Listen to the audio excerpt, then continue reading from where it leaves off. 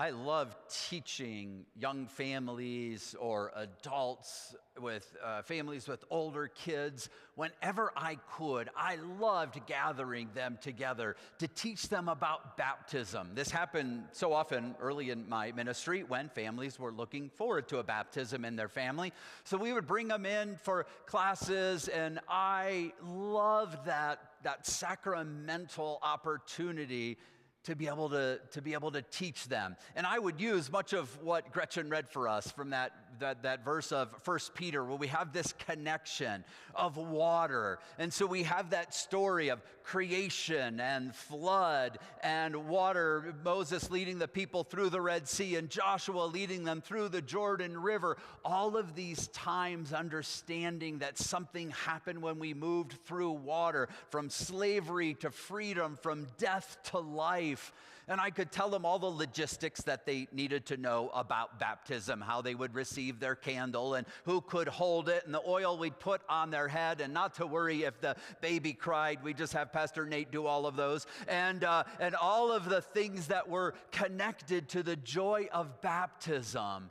And I loved gathering families together and teach about this.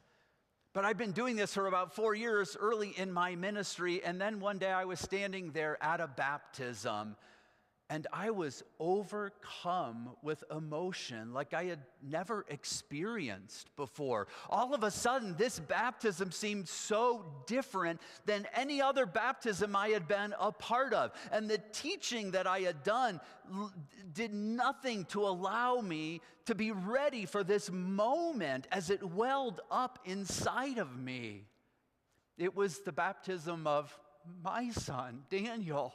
And all of a sudden, I remember actually standing there at his baptism, and the thought that went through my head was, oh my goodness, this is what parents have been experiencing all these years. And I had taught them everything I think I could about baptism, and I was completely in awe of what I did not know.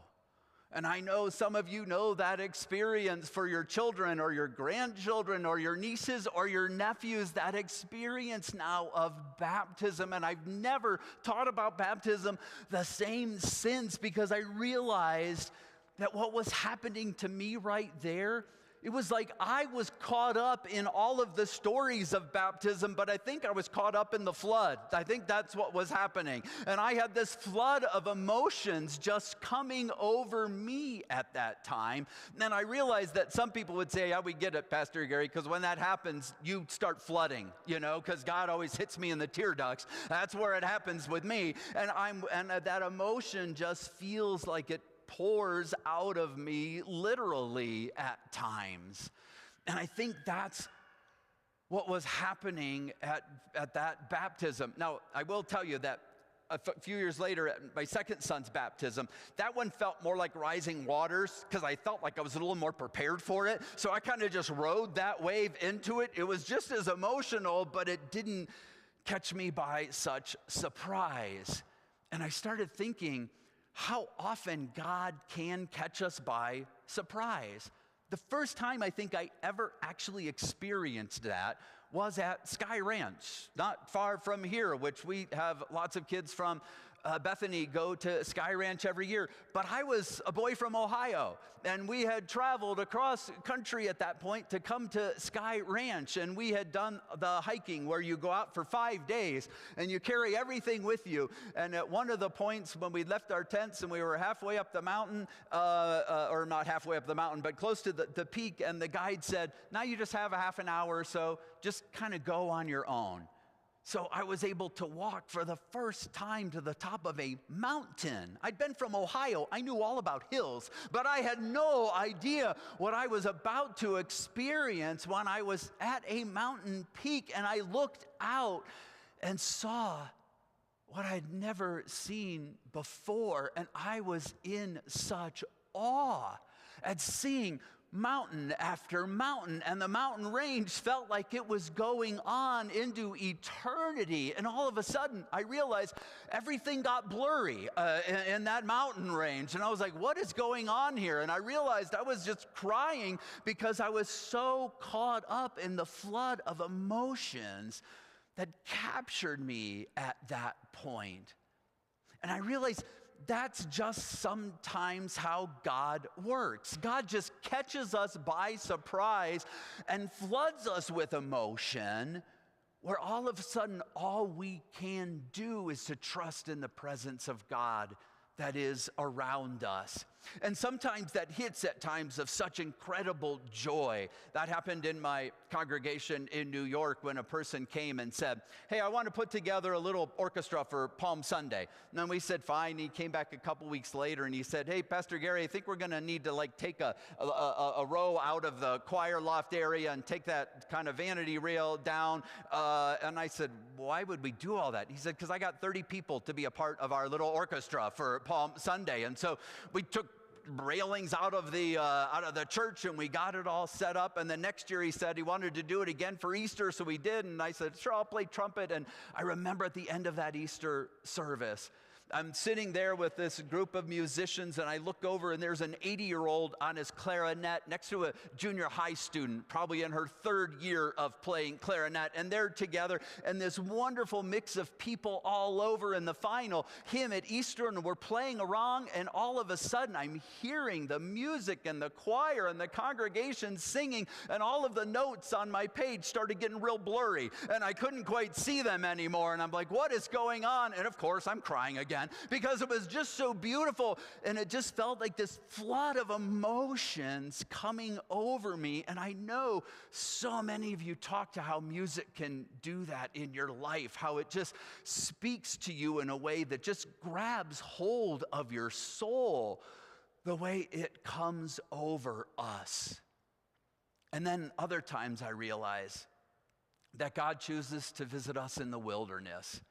And as we read Mark's opening of Mark's gospel this morning, and we hear those three stories in quick succession, that the baptism of Jesus, and then the Spirit comes down like a dove, and that very Spirit drives Jesus into the wilderness. And as Deacon Deborah asked us this morning, I ask families all the time after a baptism, who's hosting the party now? You know, is it grandma, is it grandpa, is it a sibling, the parents themselves? I've never asked them yet, but I might starting now after the baptism. Okay, who's driving you out in the wilderness and leaving you there for 40 days now? That would be maybe the more appropriate question, because sometimes after an event, God chooses to create something new in us. And so I know what it's like at times to feel like I'm in the wilderness.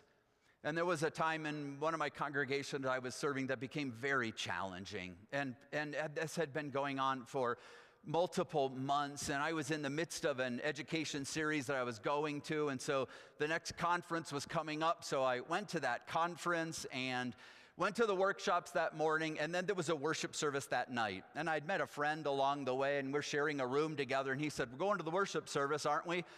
And I was like, I wanted to say no so badly, because I had no desire to worship. I was in such a wilderness point in the midst of my spiritual journey, and I thought, man, we're sharing a car, and I'm his ride. So I ended up having to go to the worship service, and I'm sitting there in the worship service, and I didn't get anything out of it at all, because I was so empty at that time. And then toward the end of the worship service, one of the pastors gets up and says, let's have a prayer. Hold hands with the person next to you. So I stand on my feet and I hold my hand out, and I remember the only thing I was thinking was, man, I hope this isn't a Baptist prayer. He's going to go on. And I just wanted to get out of there, you know. And so I'm standing there and holding hands with the person next to me, thinking about how empty I was. And all I can tell you is it felt like a bolt of lightning or electricity just hit me. And all I can describe it in a way that makes any sense is to say I had a vision. And the vision that I had was of this protective sheet coming down, not over me, but over the congregation. I could see in my vision the campus and the sheet just coming down over it. And all I can tell you is at that moment, I absolutely knew that God was saying, I'm in charge here. I've got all this. I'm covering all of this for you so you don't have to worry about it anymore. And that hit me so clearly. And at the end, the prayer finally ended. I still don't really know what happened in the prayer. I just know what happened to me during that time. And the person next to me actually looked over at me and said, "Are you okay?" Because I think they actually felt whatever it was that hit me flow out of me. And maybe for the first time in 6 or 8 months, I looked at someone and said, "Yes, I'm okay." And I was. And I was just amazed at the way that God can take somebody in the wilderness and just create this flood of emotions flowing through them. And I think that's why this time of Lent is so important, because it can take us to a place that's a little bit away from ourselves. It can take us to opportunities that are a little bit different from the rest of life. And sometimes it's in those moments that God chooses to speak. And I know that as I've talked to some of you, you know what that feels like, to have God just sort of reach out and grab you at times, sometimes so unexpectedly, sometimes in the midst of great joy, and sometimes in the midst of the wilderness. And so we invite you into this Lenten journey. We actually invite you to experience wilderness. Now, I will tell you, I don't get something like that every Lent. Sometimes in Lent, I really try to drive myself into the wilderness, and I realize in the wilderness, I'm just counting the 40 days down to Easter like some other people do, and sometimes that just works. But other times, it's just different somehow. Because sometimes a bowl of water is just a bowl of water. And sometimes music is just notes on a page. And sometimes rain is just rain, and I got an umbrella, and things are just fine. But every once in a while, that bowl of water turns into a baptism. And that song just reaches in and tugs at your soul. And that rain becomes a flash flood. And God shows up. And when that happens, well, that's good news. And it's worth proclaiming. Amen.